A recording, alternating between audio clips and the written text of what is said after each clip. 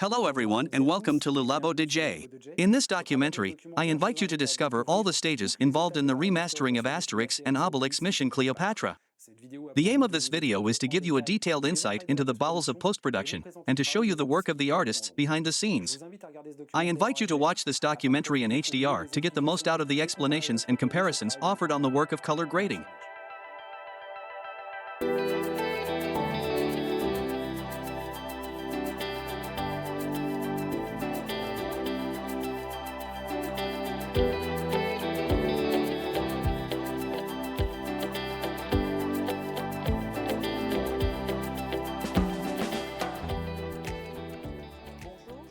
Hello, I'm Tessa, Assistant Director of Heritage Restoration at Pathé. I supervised the remastering of the film Astérix and Obélix Mission Cléopâtre. This is an exceptional restoration for several reasons. The film was one of the first in France to be shot in 35mm and post-produced digitally. To obtain the best possible quality, Pathé chose to use the original negatives, spread over almost 300 reels of film. This meant redoing not just a simple restoration, but the entire post-production of the film 20 years later. An unprecedented workflow was deployed, combining traditional film repair techniques and the most advanced digital tools, including artificial intelligence to improve the definition of some old VFX. This is the first French heritage film to be presented in Dolby Cinema, remixed in Dolby Atmos, and also offered in Dolby Vision for television screens. All the work was supervised by Pathé with the help of the film's original technical team.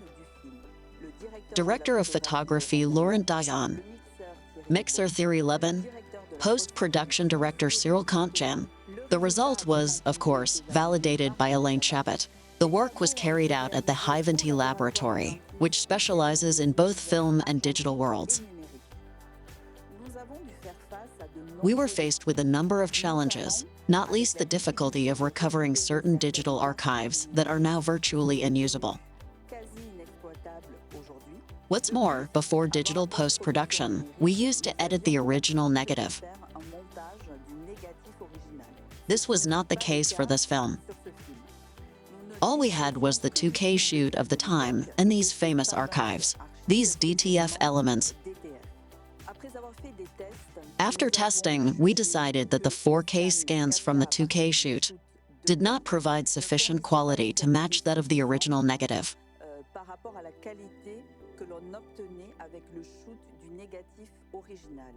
So we had to find the shots used in the 300 boxes Pathé had available.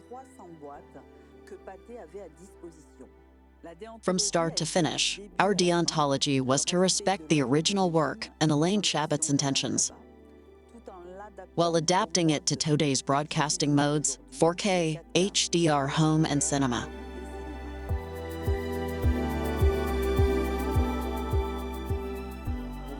Hello, my name is Didier Lefest. I'm a colorist.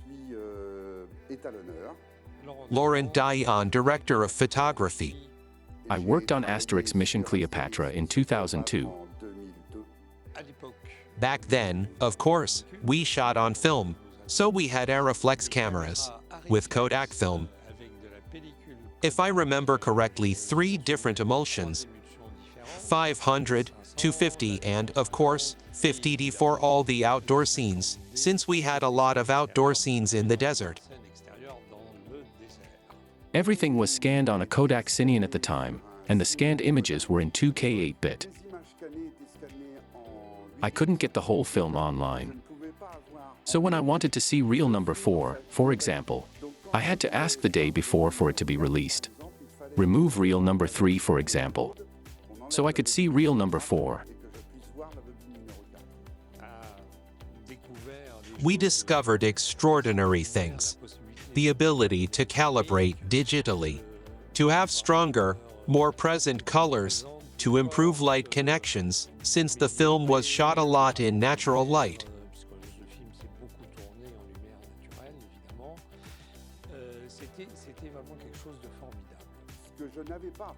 What I didn't have with the new tools was the multitude of masks and key overlays that I could do. Nowadays, we have tools that allow us to obtain on a plan maybe 50, 60, 80 masks to key a color in order to work on it. Back then, with the Poggle, we had a total of 6 masks, i.e. 6 geometric masks, or 6 keys to key the colors. So you might as well say that we had to think carefully about how we prepared the color grading.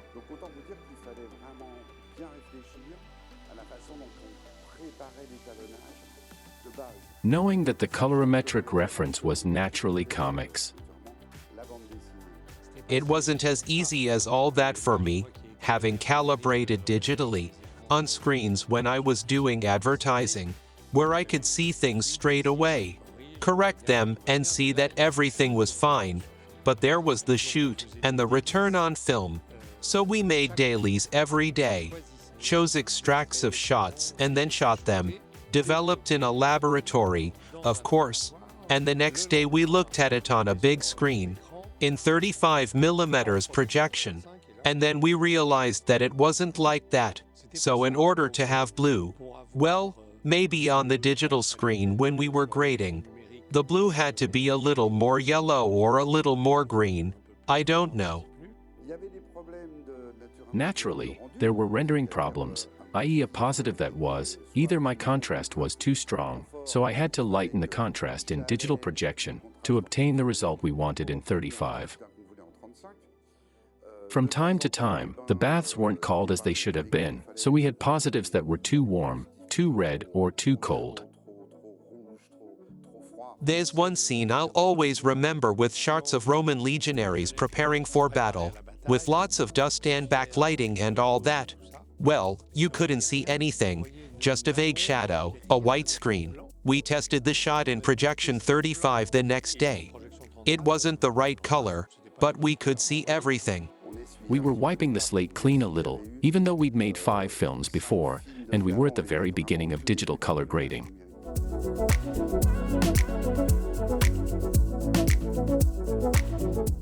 Thierry Baumel in charge of the image restoration workflow.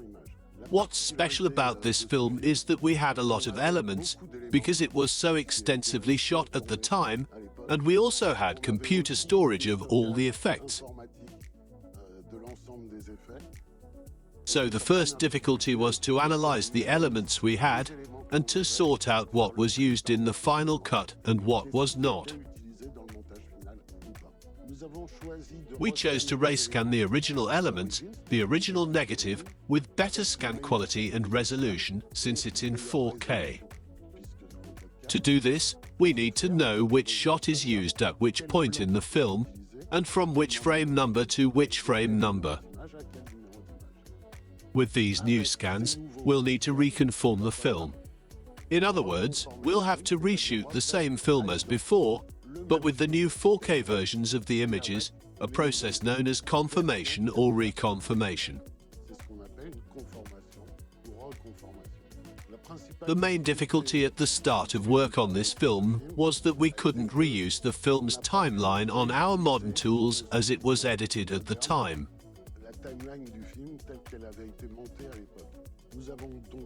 So we had to redo that edit, and it was Paul Dadier who took on this painstaking task of patience and exacting standards, since he had to find in all the rushes that we rescanned in low def, which image was used at which moment in the film's editing for each shot.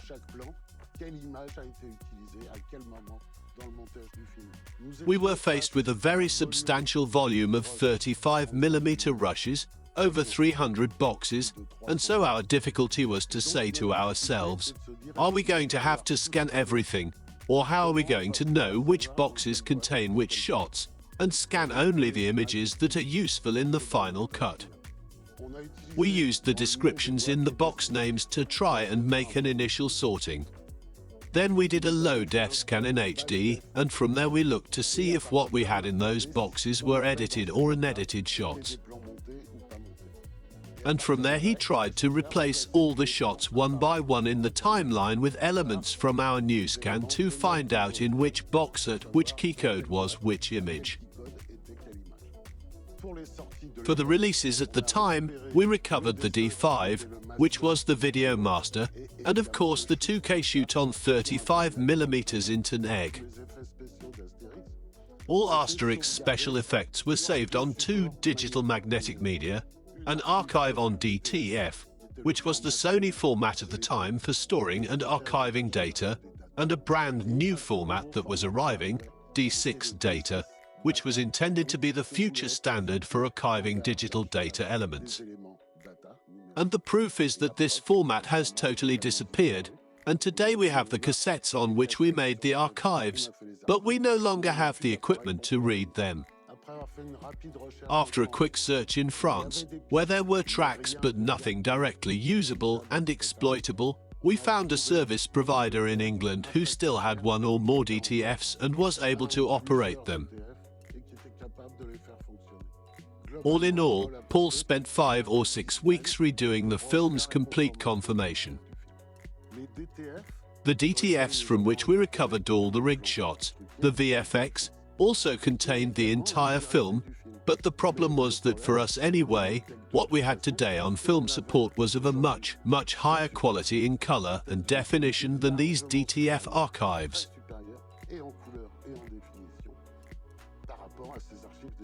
We very quickly oriented the workflow choice for the entire film and restoration towards ACES, simply because we were confronted with different input media, which was still easily manageable, but above all because we were confronted with a multitude of different outputs in different formats and standards. And if we didn't want to start the whole color grading process all over again X times, then the one and only robust way of doing this work was to use ACES. And so, faced with the multitude of formats to be released for this film, I'll let Jay give you a much more pedagogical explanation than mine. The film will benefit from a traditional theatrical release, a Dolby Cinema theatrical release, then a DVD, Blu-ray, Blu-ray Ultra HD 4K edition, and will be available on VOD and SVOD services as well as on traditional TV networks. We'll need to manage 4 different color gradings from different sources. These gradings correspond to color spaces and transfer curves that characterize the display. The color space is the representation of all the colors that can be reproduced by a system. Here we see the set of colors visible to the human eye, and this triangle represents what the device on which your image will be displayed will be able to reproduce. For SDR HD, we'll be working in the BT709 space, for SDR projection in DCI-P3 in an XYZ color space. For HDR in a Dolby Vision workflow, we'll work in P3D65 for cinema projection. For home HDR, it will also be P3D65, but encapsulated in BT2020. What you see is a flattened version. The color space is a mathematical representation in a 3-dimensional volume. These color spaces are associated with transfer curves, which convert the electronic signal into light. These are referred to as gamma curves for SDR and PQ curves for HDR. The color space and transfer curve of the video signal must match those of the display device, otherwise the image will not be rendered correctly. And it's not possible to mix several color spaces simultaneously. This implies 3 things. All the elements required for color grading must be in the same color space and displayed on a compatible display system, because as I said, color spaces don't mix. This also implies that each grading version will be performed on a different system and under different conditions, resulting in a different perception requiring adjustments. And above all, you'll need to work in an environment capable of handling all these issues, without having to redo everything each time you switch from one version to another. The aim is to do the basic work on the version containing the most information, i.e. the HDR home version, and then make adaptations to the others. Thierry Baumel therefore set up a workflow in ACES. It's a standardized environment that takes all the different characteristics of the source elements and converts them into a single working color space. The ACES allows you to manage all transformations from one version to another. This also enables seamless exchange between different software programs, while ensuring that color is correctly interpreted and displayed. Here is a summary of the versions that will be produced. An SDR version for cinema. In DCI P3 in an XYZ space associated with a gamma of 2.6 in 4K DCI format at a ratio of 2.39 in 12 bits, with a maximum light peak of 48 nits. An HDR projection version for Dolby Cinema in P3D65 combined with a PQ curve in 4K DCI and 12-bit with a maximum light peak of 108 nits. For home HDR, P3D65 color space will be encapsulated in a BT2020 container, displayed using the PQ curve with a 4K UHD size, 10-bit color depth and peak luminance limited to 1000 nits. This version will be used to create HDR10 and Dolby Vision versions of 4K Ultra HD Blu-ray, compatible VOD and SVOD services, and for broadcasting on compatible TV channels. Home SDR will be created from the HDR version using Dolby Vision tools. We'll have a BT709 color space associated with a 2.4 gamma curve, HD image size, 8-bit color depth, and a maximum light peak of 100 nits. This version will be used for Blu-ray HD, all SVOD VOD services and HD-compatible TVs. This version will also be converted to create the DVD version with a BT601 color space displayed via a gamma curve, an SD image size and 8-bit color depth. Most of these deliverables are in 24 frames per second, except for the DVD and TV channel versions, which require 25 frames per second. Then there's the sound, with stereo and 5.1 mixes in 24 and 25 frames per second, and mixes in 5.1 and 7.1 and Dolby Atmos in 24 frames per second.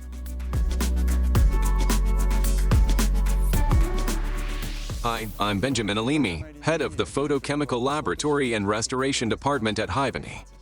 I'm Remy Lorenz, Hiventy's expert technician in digitization and return on film, and I was in charge of the entire digitization process for the restoration of Astérix and Obélix Mission Cléopâtre. We're at a rather exceptional location in Joinville-le-Pont, in the former Pathé factories, built in 1906. This site has always been involved in film and photochemistry, and we're preserving it today with this laboratory within Hiventy, which handles not only restoration of heritage films, but also all development work on fresh films. All films still shot today in 16mm or 35mm format, which we're lucky enough to develop in this laboratory. The first stage in any self-respecting restoration is what we call REM, the mechanical restoration of film. This stage involves unrolling the reels on a table, checking their physical condition, and making any necessary repairs. Checking for perforations, splices, and rips. It's a very important, primordial stage, requiring a rare and meticulous know-how, which is very important to us at Hiventy. The second step after REM is wiping. The wiper actually vibrates the film at a very high frequency in order to loosen any dust, which is then captured by foams and velvets and the HFE product, which is a solvent which cleans the film thoroughly, but there may still be some residual dust or small abrasions or surface damage, which will then be analyzed by our scanner and can be treated later. The reels are then digitized, and for this film we used a two-stage digitization workflow. First, we digitized several hundred reels in low definition. In other words, we digitized all the rushes on an HD scanner with a lower resolution, but taking extremely important information, the key codes. This information is contained in the film's headlines and gives us a great deal of information about the emulsions used and the part and physical position of an image on a film. Then an editor retrieved these reference files and pieced together the puzzle of the entire film, sending us what are known as EDLs, or edit lists. These are editing lists in text format, which enabled us to determine, by reel, which shots were useful and had been used, and which needed to be digitized for the reconstruction of the film. We did different tests for this film on different scanners, because in the laboratory we have several scanners, including 2 flagship scanners that we use a lot both for heritage films and for post-production films, which are the Aeroscan and the Scanity. So it's really 2 different technologies for which we carried out tests in conjunction, of course, with cinematographer Laurent Dayland and our colorist Jerome Bigger. We opted for the RE scan to obtain maximum information on the film, both in terms of resolution, so we did 4K scans, but also in terms of dynamics and colorimetric information, luminance and color depth.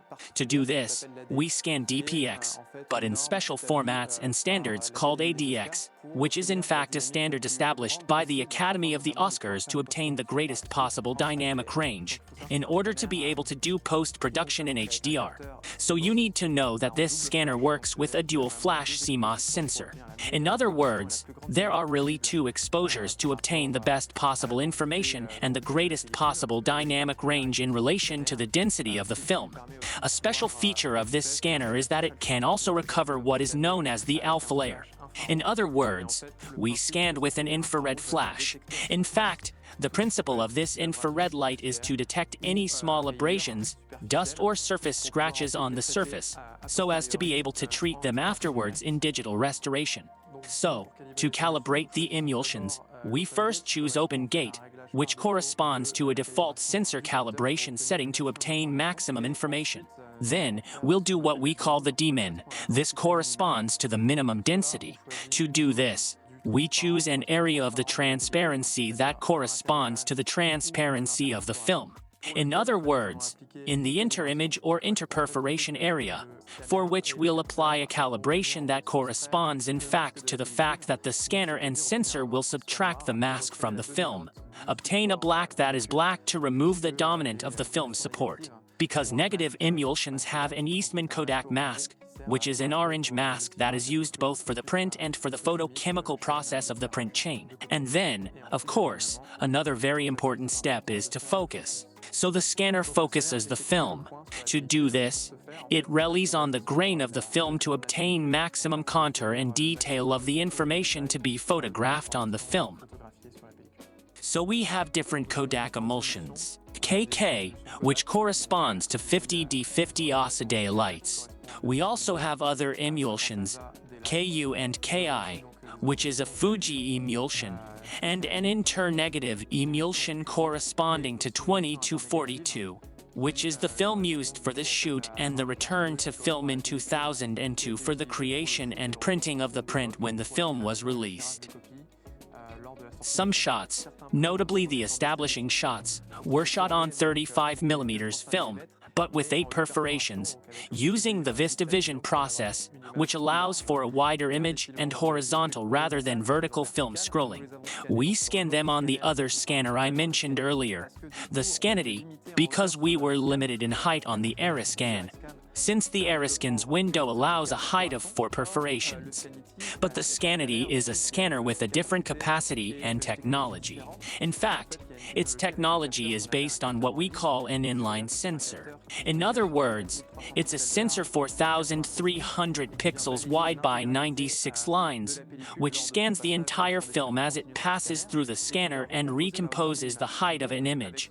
So with this scanner, we weren't limited in terms of height, and so we were able to scan 8 perforations to be able to digitize these VistaVision shots in their entirety, and then restore and reconstruct them and readapt them in this restoration.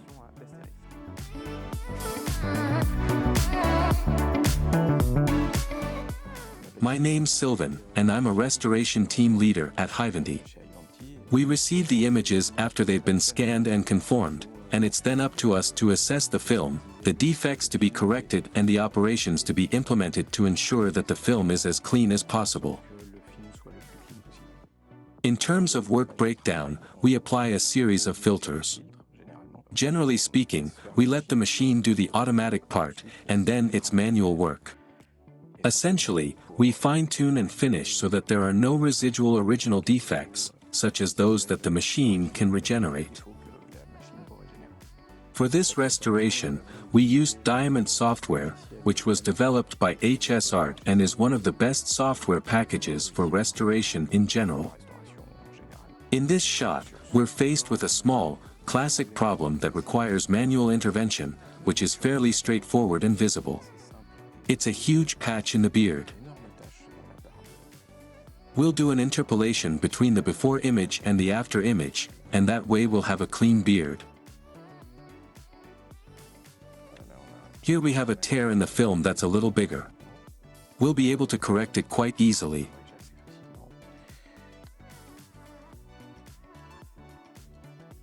Here, we're going to deal with a problem that is hated by all restoration operators, a nice scratch.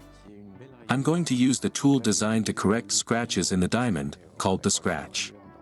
I'll define this zone to make sure it doesn't attack the rest of the image, otherwise all the verticals it finds will be affected.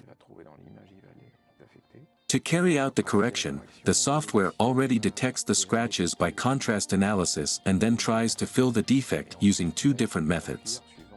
One method consists of folding the material around to fill the detected line. And there's a second parameter in the diamond which, if the scratch is not totally opaque, allows details that are hidden in the region to be re-injected into the correction. The problem is that folding the pixels to fill the scratch inevitably creates aberrations in the details. I think we're likely to have a few surprises in the rocks, which we'll have to calm down and pick up again by hand.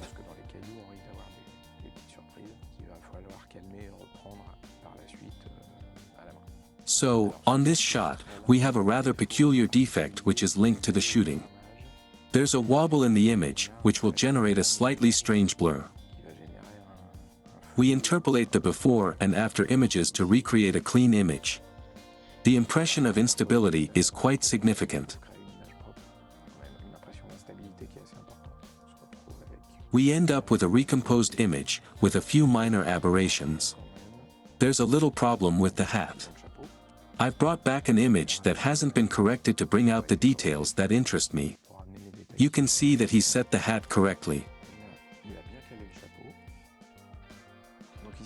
Here we have another problem on this shot due to a shooting problem that's a hair camera. So we're going to be able to use a diamond filter that uses artificial intelligence to point out an element. The machine will try to recompose what needs to be filled in. The hair is isolated here. So we're going to use a filter called Deep in Paint. The filter doesn't regenerate the grain. So we'll have to apply a complementary filter to recover a texture that matches the film.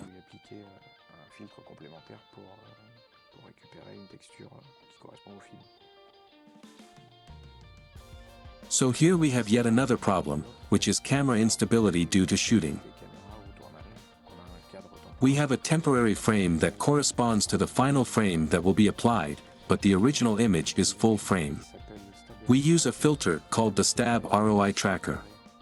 The machine analyzes this square that I've defined and tries to find it over the whole shot, repositioning it each time within the square to ensure good stabilization. As a result, it will change the edges of the image, but those that are not used, and you can see the analysis of the square that has been defined and that is followed throughout the shot. The edges of our film have been compensated and move according to the reference zone defined in the middle.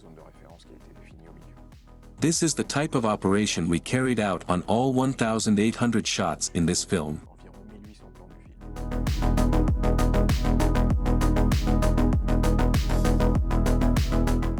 As far as visual effects were concerned, there were 3 cases in point. Shots taken from DTFs that were too poorly defined were improved using artificial intelligence-based tools. This was notably the case for certain matte paintings, DTF shots that had to be mixed with ADX scans to retain as much of the new scan as possible, and to use only the bare essentials of the DTF, as it was impossible to remake the original VFX shots. And some of the shots could be completely redone without losing the film's original look. Some shots were entrusted to Christophe Leia, who took charge of compositing on Flame. Hello, my name is Christophe. I'm a flame artist. I was in charge of completely redoing certain effects, such as green screen shots, as well as deleting cables for stints, for example, and recombining certain period effects with the new 4K 16-bit scans. In this shot, we recovered the original 8-bit HD effects, and the idea, so as not to completely redo the VFX, is to recover this part here and overlay it on the 16-bit 4K scan. I've already degrained the 2 shots. I do my compositing on the 2 degrained images. So we're just doing a simple rotoscopy to follow the rigged element at the time, as can be seen here. To recover the original grain, I make a difference between my original degrained element and the original scan with the grain. When I make the difference between these 2 elements, I can isolate the grain, which allows me to reapply it to the degrain compositing. So we get exactly the same original grain.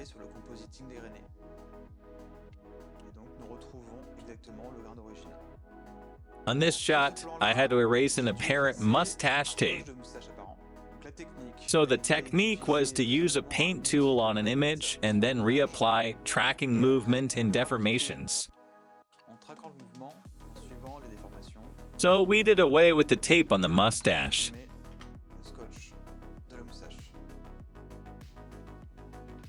Here's another example where we've recovered the original HD effects and reapplied them to the 4K scan. I start by cleaning up the sky with a standard blue keying, then apply the DDF elements with a mask.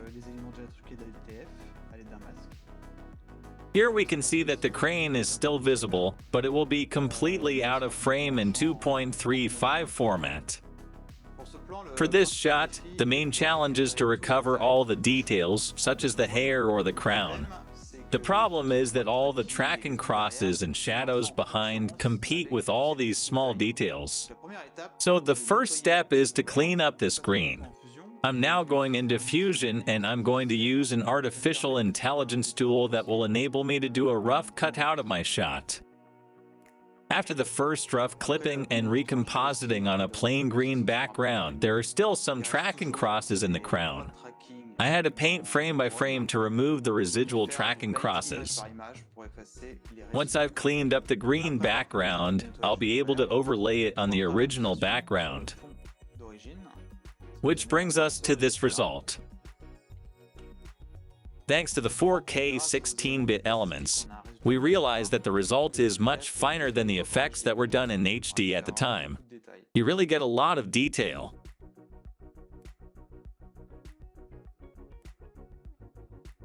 On this shot, I need to erase the cables, and I've already made a first clone pass.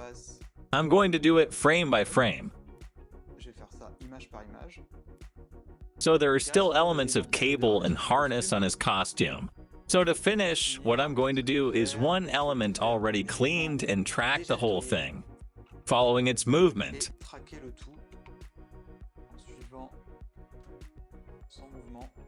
And you get this result with the cables gone. Here's an overview of the work I did on this project. It involved some 30 shots that I'm going to send to Jerome so that he can reintegrate them.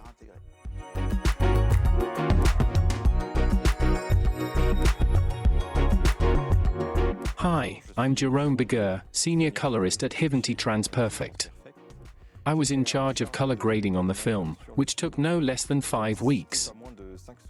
3 weeks for the HDR home grading, 1 week for the cinema SDR, then 4 days in London at Dolby for the Dolby Cinema, and 2 days for the SDR home. Obviously, from an artistic point of view, I wanted to start grading on the big screen to recognize my image, remember it, and compare it with 35mm, since we had 2 or 3 prints available to see where we stood. I let myself be convinced, and in the end I was convinced too, that we absolutely had to start with HDR to see the greatest richness of images, but on a small screen. So we made some calibration choices. There were some very nice surprises, as I was just discovering what HDR was all about at the start of the color grading process. On the desert scenes, for example, we were able to make them more desert-like, with a light that highlights the desert more than what we had done some 20 years earlier. The new skin has already brought back a lot. There's more richness in the highlights and lowlights, and in the color. And after that, I think we've gained a lot in the winter scene. Previously, to give the impression that it was cold, I'd had to make an image that was bluish all over. And we even have the nuances of the cold, which means that the faces come out a little redder in certain areas. Once we'd finished the film, we worked 6 or 7 hours a day maximum, because frankly, it wasn't very pleasant, and sometimes I was a little worried about what we were doing, even though we kept a close eye on all the oscilloscopes on the right and left of the screen, and made sure we didn't crudely turn up the nits so that people wouldn't want to put on their sunglasses while watching the film. We then went into theater to do the P3 calibration for DCP and theaters. And of course, on the big screen, you discover a lot of other things, and you realize that sometimes you've gone for colors or color grading that weren't quite right, because we were on a small screen. On the big screen, we also saw details we hadn't seen before. So, for example, here we have matte painting. This shot shows a DTF from a first scan in the year 2000. And so, in 8 bits, a much lower definition, which doesn't bear comparison with the before and after shots. The idea was to use artificial intelligence to go from HD to 4K. We really had a gain on all the image materials. And so the shot was restored in terms of definition. We used masks to remove or add focus. We created a small zone in which we reinforced the contrast a little, blurring it very slightly, as if there were a bit of mist. It's very, very little. The hills behind, in the distance, were also too sharp, so we used a mask to blur them a little, and we also used a mask on the foreground.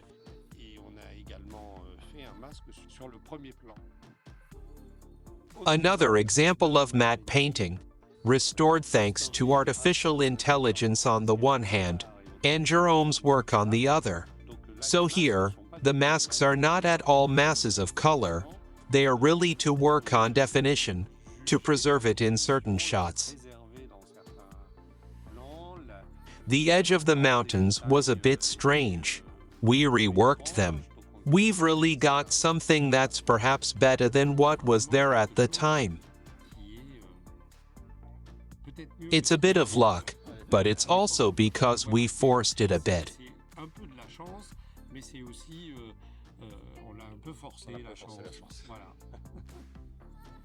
So, on this shot, when you look at the whole shot, there's a large part of the shot that isn't VFX, because Astérix isn't retouch.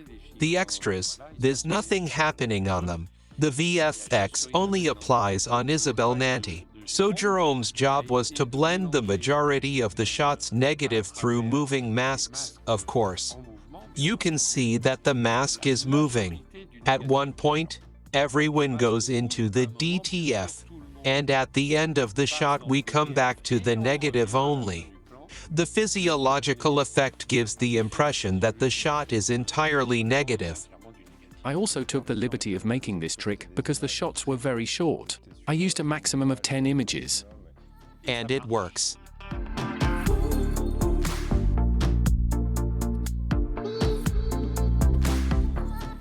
This shot, when we looked at the film and the DTFs, I was devastated. For me, as a cinematographer, it was one of the most important shots in the film. And once again, it was passed to artificial intelligence. I must point out that artificial intelligence is a bit stupid, and we gave it some artistic substance. And of course, Jérôme added the film grain from the shoot. We validated this color grading with Mr. and Mrs. Seydoux and Alain Chabat.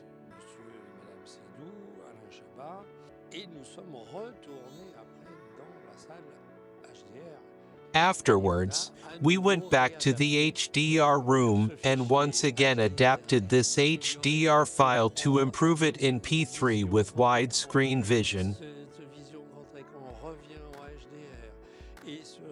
Then back to HDR, and on this HDR, since Jérôme Seydoux wanted the film to be in cinemas like the Beaugrenelle in Dolby Vision. This file was sent back to London to Dolby for the final grading session. Black are black, The highlight can go up to 108 nits. It's magnificent to look at. It's nothing like an HDR image on a screen, monitor, or television. It's sublime. It's just translation. It's the fact that the image is more detailed, more worked, more precise. It's made us discover some beautiful things, but also, as with anything that shows more, we've discovered little problems with continuity that didn't exist when we were using the other system. We make the shots, we readjust things, but in no case do we completely redo the color grading.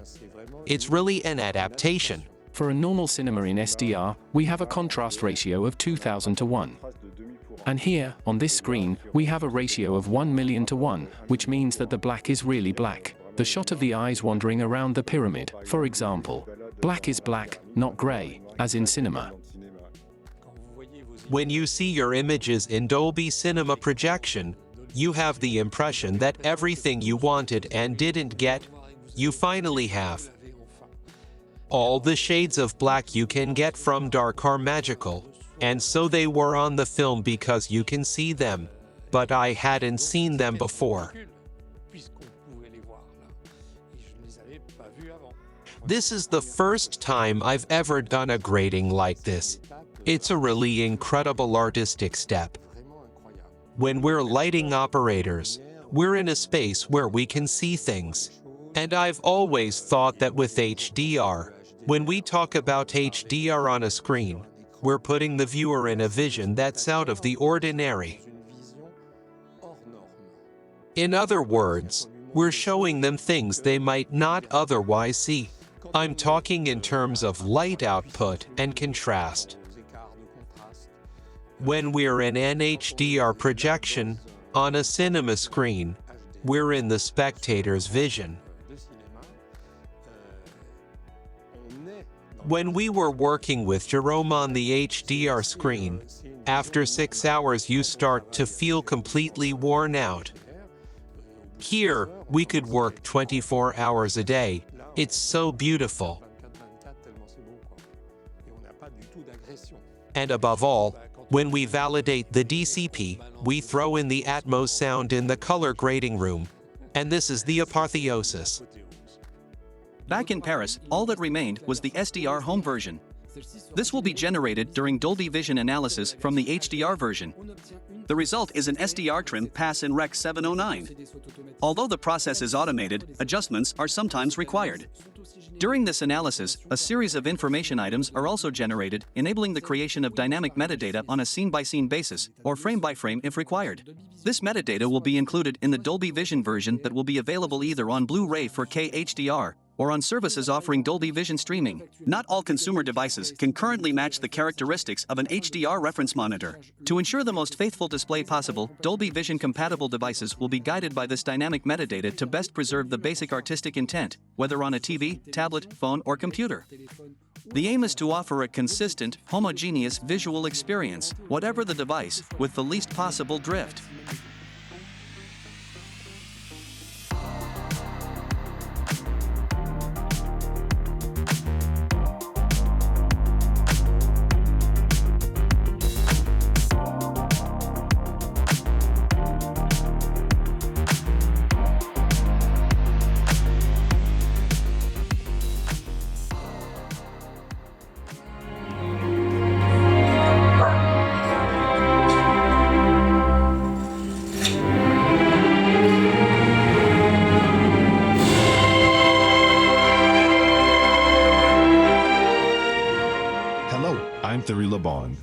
I've been a film mixer since 1995, and I was lucky enough to work on Alain Chabat's film Astérix and Obélix Mission Cléopâtre, because I'd already met Alain on Didier, where I was co-mixer. My name is Jonathan Martins, and I'm co-mixer on the film, so I'm the second mixer with Thierry Laban. I'm mainly supporting the Dolby Atmos part. So, to talk a little about mixing more than 20 years ago, in 2001, it took place in the same premises as here. It wasn't called Hiventy, it was called Joinville Belonging. We had 8 weeks of mixing. whereas a more standard film usually takes between 3 and 4 weeks. There were 20 weeks of editing. There were 2 teams, each with their own assistants. So in general, it tripled or quadrupled the usual time. For sound effects, we spent 4 weeks, whereas we usually spend a week. We had a synchro because Elaine likes synchro. He likes to redo phrases and maybe change a few phrases. We also had 4 weeks, whereas we usually spend between 3 days and a week. So it was all hyper mega production, if I can put it that way. Incroyable de penser que chacun de ces Romains va laisser dans le sable une sorte de trace. To give you a brief history of cinema formats. Initially, cinema sound was mono, so it's just a speaker in the center behind the screen. We switched to 3 channels behind the LCR screen, and there was only 1 channel for surround. Then came 5.1, 3 channels behind the screen, front left, center right, and 2 channels at the rear, plus a subwoofer channel. Then there was 7.1 for the surround channels. So instead of just 2 channels, we have 4. Left side, rear left, and rear right. And then comes Dolby Atmos. So Dolby Atmos contains 2 things. There's a part called the bed, where we're still logically dealing with audio channels. So we still have the same thing as 7.1. We're going to add 2 lines of speakers to the ceiling. We add what we call objects. These are isolated sounds with spatial coordinate metadata, X, Y, Z coordinates. Unlike 5.1 and 7.1, each speaker is powered by separate amplification. When we have an object, we can move it around very precisely. We can also work on the elevations to bring them into the ceiling. We can play with the size of the object so that it emerges from more speakers. Either it can emerge very punctually from a speaker, or on the contrary, it can be extended over an entire speaker zone. So the advantage of the Dolby Atmos format, which includes objects, sounds with spatial coordinates, is that we can actually adapt the format to different broadcasting systems. This will already be the case for cinemas, since in fact, depending on the size of the room, you won't have the same number of speakers. Depending on the number of loudspeakers declared in the processor, the system will place the sound in the right place in space. The same applies to home Atmos. We're making a single format will be broadcast to someone with an amplifier with real discrete speakers in 7.1. For someone with an Atmos soundbar, for someone using headphones with binaural sound. It's the receiver installed in the listener's home that knows exactly where to place the sound in the space according to the room's configuration. When we did the restoration, we upgraded the mix to Atmos, which gave us the opportunity to work for 2 weeks. But we didn't really start from the original elements. We started with the mixes that had been done back in 2001. And we had at our disposal a 5.1 for the dialogues, a 5.1 for the music, and a 5.1 for the effects, sound effects and ambiances. We didn't remix because Paid's wish was to restore and not to imagine new things. Restoring means redoing. Redoing better with the tools we have now, but not redoing the mix.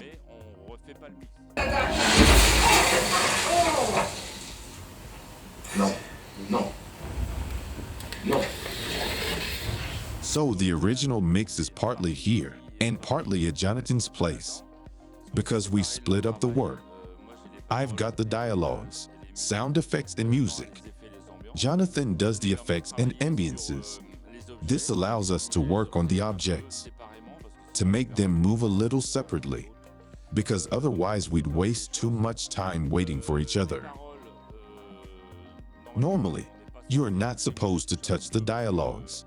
I touch them a little because there are tools now that allow certain things that weren't possible or difficult 20 years ago.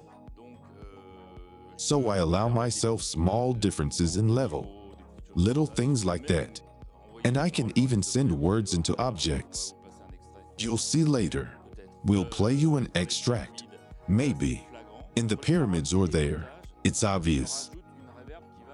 On the voices and sound effects, I add a reverb that goes more to the ceiling. That's the little extra we do compared to 5.1. We have several tools and plugins that enable us to transform 5.1 in Atmos. So, among other things, we have the halo. When it turns green, it goes to the ceiling. It's managed by these little buttons. And here we can manage the center. Diffuse it more or less to the left and right. And diffuse it more or less to the rear as well. We can also enlarge the size and add bass too. And these plugins only work on 5.1 elements. Then there's a de-esser to remove the sibilance from the voices. This is an equalizer. On the central part of the voices, there's always a low cut and a high cut for safety. Then, from time to time, we use this to add treble, bass, and so on. Here, it's a global compressor for the voice. We don't go into it too much, but there are moments when it screams. We'd better get in there. This is a multi-band compressor. It's more for the highs, because it works with the de-esser, lowering the bass a little and the highs a little. But it doesn't affect the mids. There's already another compressor doing the job beforehand. Everything goes through it. Lyrics, music, effects. That's the overall level you see at the bottom. At the top is the spectrum from pink to violet, from bass to treble, and on the left is stereo.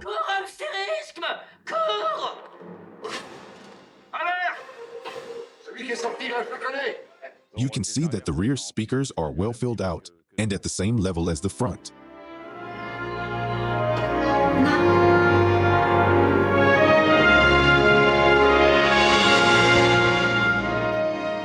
So, to give an example of these typical objects, if we take a very telling sequence, the Colosse sequence with Chantal Lauby, originally in the mix, these elements were in fact somewhat distributed in the rear left and rear right. But since these are complete speaker arrays, there are only two sides to 5.1. It's a bit of a blur. In fact, when we did this Atmos upmix, I was able to cut out the sounds in the 5.1, place them in objects, and then, with the help of an application where you use the accelerometer on a phone, you can place the objects and move them around in real time, following the mix, following the image. As a result, the sounds move around much more precisely in space than in the original mix.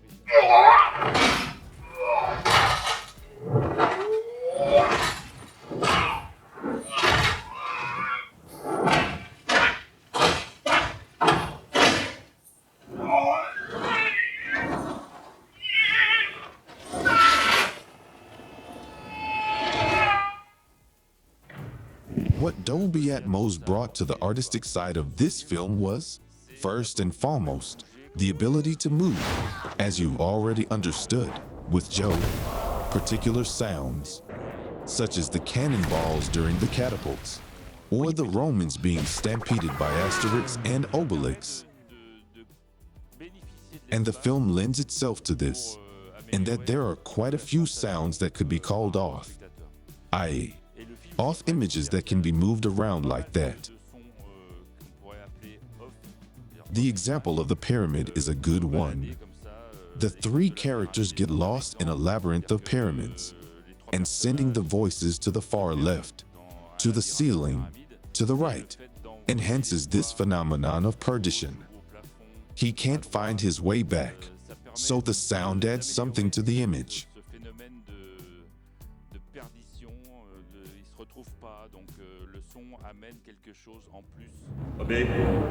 Non, c'est pas non.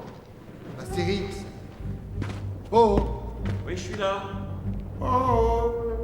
In fact, we start by doing the Cinema Atmos mix and then come to a second stage where we'll do everything that concerns broadcast deliveries. We'll do all the variations of the mix for different formats for Blu-ray, for platforms, for DVD, for TV. In fact, we're going to start from the mix we did for Cinema Atmos, in which we have the 3 beds and all the objects we've prepared, with their spatial coordinates already ready. And we're going to make some small adaptations. It's going to be mainly small dynamic adaptations with a bit of compression and then limiters for the true peaks. True peaks are really the small peaks that can saturate the signal. And then we can make small adjustments, either to the equalization if necessary. As we change the listening environment a little, we can make adaptations to the equalization or spatial adaptations in the beds, so we can tighten things up a little or make small adaptations. This is the Dolby renderer screen, in which we always have, as in the cinema, the distribution of channels, the distribution of objects, the placement of objects in space. There's also a measurement section where we actually measure the signal to check that we're within the standards for each delivery. Because there are specific standards for Blu-ray, for TV, for DVD, for platforms. There are specific standards. For Blu-ray and platforms in general, what we look at is the level of dialogue. And for TV, we look at the integrated level of the complete mix, which has to be within a very specific range. So, the final stage of our work here today will be to produce the TV version, which will be in 5.1 in stereo. And it's special because the film has gone from 24 FPS to 25 FPS. So everything will be accelerated a little. You can hear this especially in the music and, of course, in the voices at times. But you really have to be able to make the comparison between 24 images and 25 images to be sensitive to it. It's not easy for everyone. And above all, we have to fit into the French TV standard, which is quite restrictive, especially when it comes to voices and dynamics. Because, as there are a lot of dynamics on pitches and things like that, there are certain types of music that are very, very loud. We have to pack all that in a bit, but it doesn't necessarily happen automatically with the plugs. It's also done a little by hand, because that way, it destroys the signal a little less. To sum up, the 24 FPS side is all the Disney, Amazon, Netflix, etc. platforms. Blu-ray is 24 FPS. DVD is 25 FPS. But all French televisions and TF1 channels are 25 FPS. So as far as Dolby Atmos and Home Atmos are concerned, what we don't know, what we haven't yet grasped, is how to make Atmos work for everyone. In other words, some people are going to be super equipped with 12 speakers, others with a sound bar, others who will listen on the computer. And at this stage, as we don't have this feedback, we can't apprehend and make several mixes in relation to that. Because in any case, as far as the medium is concerned, we won't be able to put 50 Dolby Atmos mixes on it. So we're aiming for the best possible listening experience. And then, come what may. Once color grading and mixing are complete, a specific digital file, called a DCP, will be produced for cinemas. There will be an SDR version for standard cinemas, and a DCP manufactured by the Dolby Laboratory in London for HDR Dolby Cinema theaters. They will then be checked in the projection room.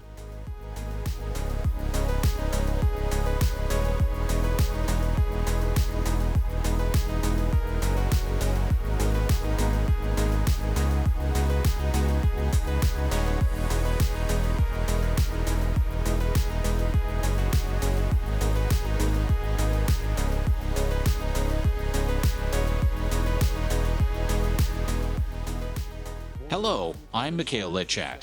I'm in charge of multimedia authoring. There are three main stages: encoding the audio-video streams, authoring with menu integration, programming the interface and navigation, and finally, quality control of the different streams on all physical media. We use three different encoders for the different media. Here we have an interface for Dolby Vision UHD encoding. We use a theme Titan file.